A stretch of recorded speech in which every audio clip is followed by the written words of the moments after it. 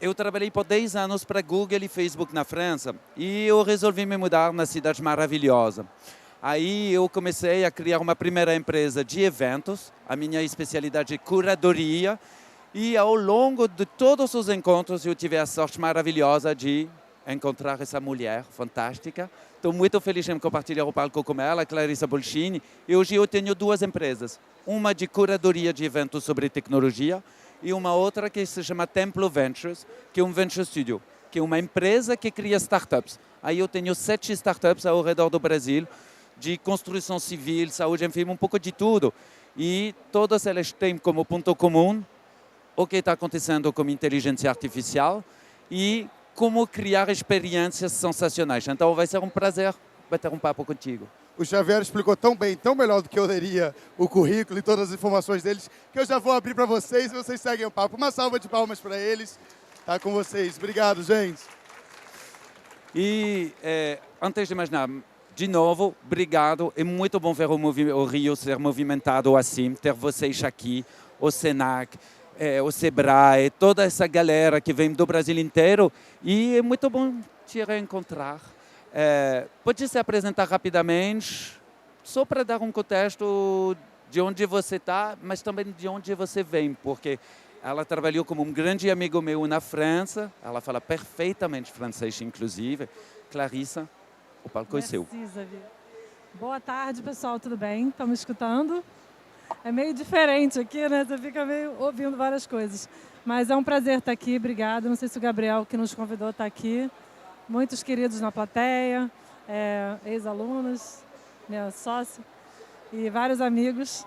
Obrigada, pessoal. Eu sou Clarissa Biocchini, eu sou carioca. Ele é um francês carioca, eu sou uma carioca francesa porque eu morei na França muitos anos. Eu sou designer e aí trabalhei a vida inteira com design, em escritório de design. Comecei minha vida profissional lá na França, quando eu me formei. Então, assim, eu digo que a formação é bem francesa. E aí depois eu voltei para o Brasil, trabalhei em vários escritórios de design, no Índio da Costa, junto com a Ana Couto, a gente fundou a Laje. Depois eu abri a consultoria Arquipélago, com a minha sócia Ana, que está aqui. E hoje eu estou como Head de Design da Electrolux. A Electrolux me fez um convite ano passado e eu falei, vou aceitar. Então eu sou uma executiva agora. Eu coordeno um grupo de 60 designers na Electrolux em Curitiba, sendo que metade deles são industriais, outra metade são digitais, service e outras áreas do design. Então, estou no mundo corporativo agora. É muito bom ter você de novo comigo, porque da última vez você era da Arquipelago. Aí eu convidei ela para a conferência Ponto Futuro, que nós fazemos. É um evento, inclusive, gratuito, online, que acontece uma vez por ano. E você contou muito sobre a filosofia do design. Sendo empreendedora e agora executiva, como você percebe uma mudança relacionada ao design, sendo chefiando um time de 60 pessoas e quando você é mais prestadora de serviço? Isso faz uma mudança? Sim, bem diferente. Eu sempre trabalhei para as empresas e agora eu estou dentro de uma empresa, né? Então, é uma outra perspectiva, né? Mas o interessante, sabe, é que o design, os designers, né, sempre trabalharam para a indústria, desde sempre. Desde a Revolução Industrial, a gente trabalha para a indústria. Então, a gente acompanha a indústria, né? E a indústria se tornando mais digital, o design se torna mais digital, né? A indústria se tornando mais ligada a serviço, a gente abre um campo de design de serviço, né? Estando dentro, você faz parte da estrutura estratégica de uma multinacional. Estando fora, você tem esse olhar abrangente sobre como você pode adicionar novos olhares. Então, é bem interessante fazer essa ponte, está do outro lado agora. E nós estamos num momento um pouco específico, porque, como você falou, antigamente design é design de produto, de móveis, de automóvel. Hoje você começa a falar de design de experiências. Será que é o mesmo design? Será que os princípios do design são os mesmos ou tem nada a ver? Adoro essa pergunta. Para mim, são os mesmos, né? Então, desde que o design existe, a gente trabalha para as pessoas, né?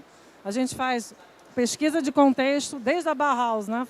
Porque eu sou professora também, então eu gosto de fazer o apanhado histórico. Eu dou aula na PUC também.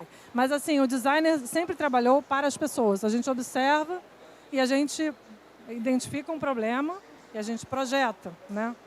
E o que muda, né? Nada, na verdade. É a mesma coisa, só que o design se tornou talvez mais metodológico, né? as metodologias do design thinking e tudo, a gente traz isso mais à frente hoje, né? Então, talvez a gente tenha se tornado mais processual nesse sentido, mas é o mesmo processo. Só que agora ele tem nome, as caixinhas têm nome, né? Mas é a mesma coisa que a gente sempre fez. E aí, como esse palco é do Senac Sebrae, o que isso significa para os profissionais, para quem trabalhar com design? Porque você está usando ferramentas muito diferentes. Antigamente, você desenha um prototipo, você vai para a produção, você acerta teste 1, teste 2. Hoje em dia, um design digital está na rua no mesmo momento. Como você consegue enxergar essa modificação da linha do tempo no design? Essa pergunta é muito boa também, Zav. A indústria ela tem um tempo mais longo, né? A indústria da manufatura, né? Então, para fazer uma geladeira, por exemplo, você demora 2 anos. Você projeta hoje e ela está pronta em 2 anos, né? Já o digital é muito mais imediato, então o timing é outro, mas o processo é o mesmo, né? O que demora é o tempo de produção dessa manufatura. Agora, a outra mudança que tem o digital, ele está sempre em movimento, né? Então, na manufatura, você lança um produto, ele está lançado, e aí a próxima geração, a próxima leva, né, vai ser no outro ano ou daqui a 2 anos. No digital, você tem que estar sempre conectado, né? Então, ele tem um pace, um timing, né, muito mais contemporâneo nesse sentido, assim, né? É tudo muito mais rápido, e aí tem os prós e contras, né, que você pode errar e consertar logo, mas, ao mesmo tempo, se você não tiver com uma estrutura muito boa, né, ou não olhando o seu usuário e tudo que acontece em torno dele, você pode estar cometendo um erro sem perceber, né? E aí eu lembro... a usabilidade, é isso. Exatamente. Eu lembro, 4 anos atrás, nós convidamos alguém da Safran Helicopter. Elas fazem helicópteros. E o título da palestra dele era "Se eu inovar e errar, você morre". Como você consegue enxergar na indústria? Não dá para errar. Você pode fazer prototipos, mas se você faz uma geladeira, demora 2 anos para chegar no mercado, como você consegue ser ainda no zeitgeist, sabe? No movimento, quando tudo muda tão rápido, como isso se confronta no seu time industrial e digital? Porque se você fazer um design digital, não funciona, troca, apaga, faz outro. A sua geladeira, ela vai vir lá, ela vai ser vendida nas Casas Bahia, na Magalu, e se você está com 2 anos de atraso, errou. Não, é uma ótima pergunta também, Zav. Na verdade, existe esse timing da indústria, mas todos os seus concorrentes também têm o mesmo tempo, né? Então, mas é desafiador, você tem que olhar para frente, é um trabalho muito de visão, né? Você está olhando e fazendo apostas. Tem um outro ponto que é o elo mágico da usabilidade, né, que eu coloquei aqui no nome da Agora palestra. estamos chegando no coração. Ou a famosa, para quem me gringo, quando ela me falou, o elo mágico, eu falei, estou perdido aqui. Você tem que me contar o que está por trás dessa expressão. Não é o Vai elo lá. perdido, é o elo mágico. Então, assim, a usabilidade, que é essa porta, né, para, hoje em dia, para o mundo digital. Na verdade, a usabilidade sempre existiu no design. Né? Quem projeta um banco, uma mesa, né, um carro, uma bicicleta, está projetando para alguém usar. Então, nada mais é do que um bom uso, uma boa ergonomia do uso, de forma e função. Só que o mundo digital trouxe a usabilidade da informação. Então, quando você tem um produto, quando você tem um carro, aquele painel ali todo, é um projeto de usabilidade. Que você tem que saber ler aquilo tudo e usar aquilo tudo, né? E isso acontece com vários produtos, né, eletrodomésticos, por exemplo, né? Cada vez mais vão estar conectados, né, com coisas que a gente pode projetar, e aí entra a inteligência artificial também, entendendo os hábitos e tudo, e isso pode evoluir. Então, você pode lançar um produto e esse produto tem uma usabilidade projetada para daqui a 2 anos, por exemplo, mas como ele é digital, ele pode ser imediatamente ajustado, né? Então, a usabilidade é o elo mágico e, através dela, você conversa com as pessoas. É a interação com as pessoas, né? Então, esse produto conversa comigo, porque ele tem uma interface que foi projetada, que foi pensada, que foi estudada para falar comigo. Quem aqui nunca usou um app que não entende como usar ou que não é fácil de usar, né? Ou que é inútil? E aí, falando mais Você está falando modelo de companhia negócio. aérea, é isso? Companhia aérea, por exemplo. É um pesadelo usar os aplicativos delas. Aí, tendo um pé na França e no Brasil, é muito interessante ver os viés culturais da usabilidade do design. para mim, chegar aqui, primeiro, não consigo comprar um ingresso de cinema sem CPF. E daí, gente, por que você precisa saber onde eu moro? Eu só quero assistir aquele filme. Aí eu gostaria de entrar sobre esse conceito, mergulhando no assunto, da inteligência artificial. Para quem não conhece, todo mundo está falando de inteligência artificial, mas a inteligência artificial é basicamente uma probabilidade de acertar uma coisa de pessoas. Como você consegue diferenciar uma estatística de pessoa e uma pessoa de verdade? Porque no design, você não pode confiar nas estatísticas das pessoas. Cada um tem um comportamento, mas você precisa entender todas essas necessidades. Como você consegue pegar isso? Bom, ótima pergunta também. Na verdade, quando a gente projeta, né, a gente usa algumas ferramentas como personas, né, que são estereótipos de usuários, né? E são estereótipos exagerados, né? Então a gente quantifica os dados e traz ali em formas de tipos de uso, né? Qualitativo e quantitativo, Exato, basicamente. Exato. Então a gente usa as pesquisas para chegar nos modelos de uso, né? Isso é estatística também, mas é qualitativo. Tá, obrigada. É uma mistura, né, de metodologias quant e quali. Só que na hora que você entra para a inteligência artificial, ela traz uma possibilidade de personalização que ainda estamos explorando, né, porque não sabemos aonde vamos parar com todas essas possibilidades, mas a personalização pode ser uma porta para um uso específico, mas dentro de um contexto estatístico. Então, de novo, quant e quali, né? Só que tem um elemento surpresa dentro disso Sim, tudo. sempre tem, mas é muito engraçado. Eu trabalhei por muitos anos, eu era diretor de negócios do Facebook na França. Fui o primeiro vendedor de publicidade, me tornei. E no e-commerce, quando você entrar no site da Magalu, se for eu ou você, nós temos o mesmo site. Não faz sentido. Se eu entro numa loja, a pessoa não vai me entender do mesmo jeito se foi você e eu.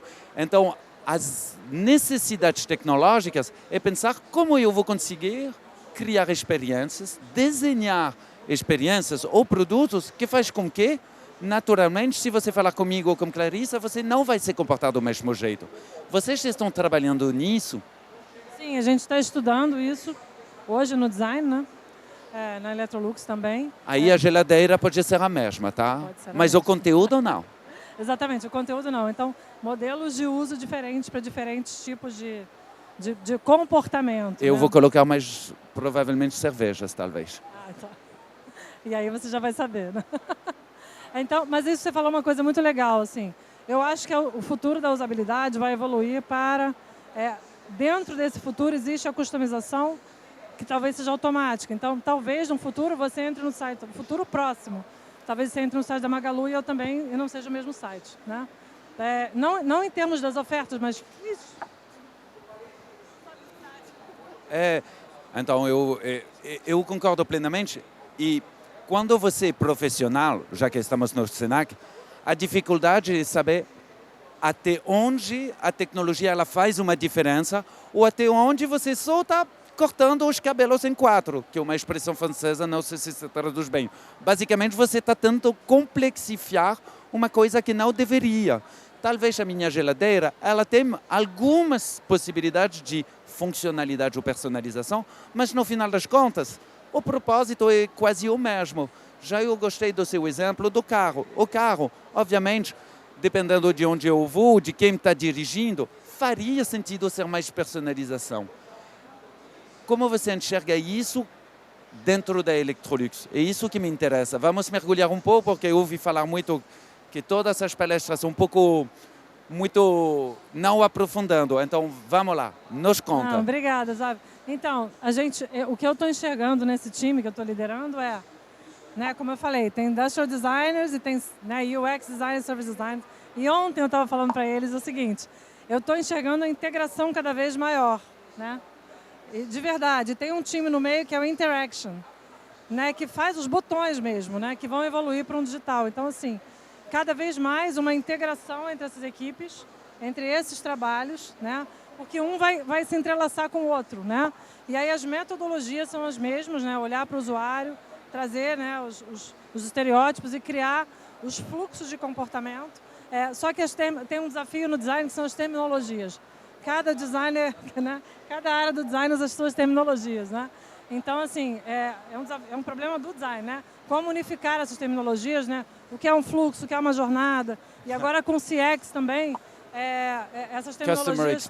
Customer Experience está trazendo uma abertura maior dessa visão, né? Mas aí as palavras que a gente usa, jornada, né? Estão sendo usadas em outros contextos. Então, acho que tem um desafio da linguística, né? Do entendimento do que é o quê, né? Dentro de um projeto. Mas eu acho que o mais importante, toda vez que, na minha vida, assim, toda vez que a gente se perde num projeto, fala assim, vamos olhar para o usuário. Está perdido, para quê? Aí a gente faz as perguntas do design. O que, para quem, por quê? 3 perguntas. Porque às vezes a gente se perde facilmente, né? Why, what, how. Exatamente. Então, o que a gente está fazendo, para quem e por quê? E o aí, porquê é o mais difícil. Né? E aí, como você trabalha com os caras da tecnologia? Porque nós estamos na primeira edição do Web Summit Rio. O Web Summit é principalmente SaaS, Software as a Service, geeks, técnicos. E é muito complicado entender a língua delas. É muito complicado entender hoje, se você pensar na blockchain, o que isso traz para a Electrolux. Como você enxerga isso? Eu demorei anos para entender o que era realmente o Web3, a blockchain. Aí como você, como designer, consegue extrair, seja de inteligência artificial ou de outras tecnologias, sensores, não sei o quê, para falar, isso faz sentido, isso eu deixo.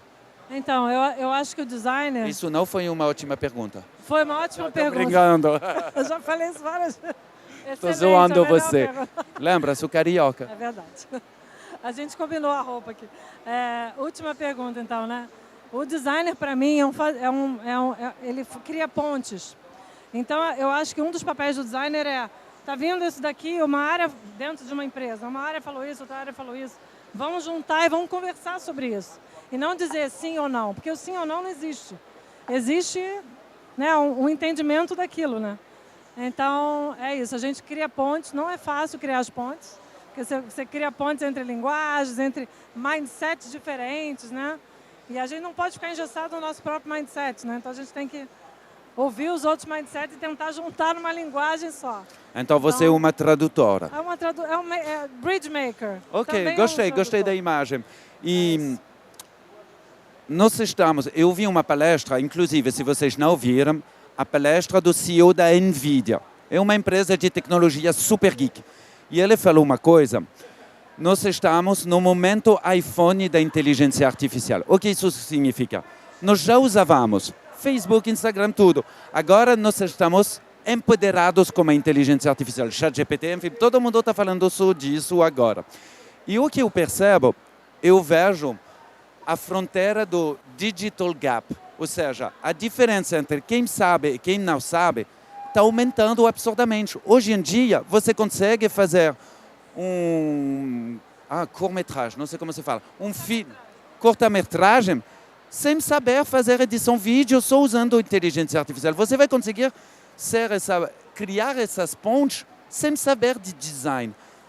Como você vê, do ponto de vista intelectual, metodológico de formação, então, o design como realmente uma disciplina e um trabalho, fazer essa ponte com essas tecnologias que estão quebrando as barreiras, seja aí a IA para generar o visual. Eu posso descrever hoje uma geladeira e ele produz para mim. Então, como você vai conseguir fazer isso? Você vai incluir novos talentos que não sabem de design para ser mais criativos? Ou, pelo contrário, você vai pegar pessoas super bem formadas metodologicamente para alcançar o poder dessas ferramentas?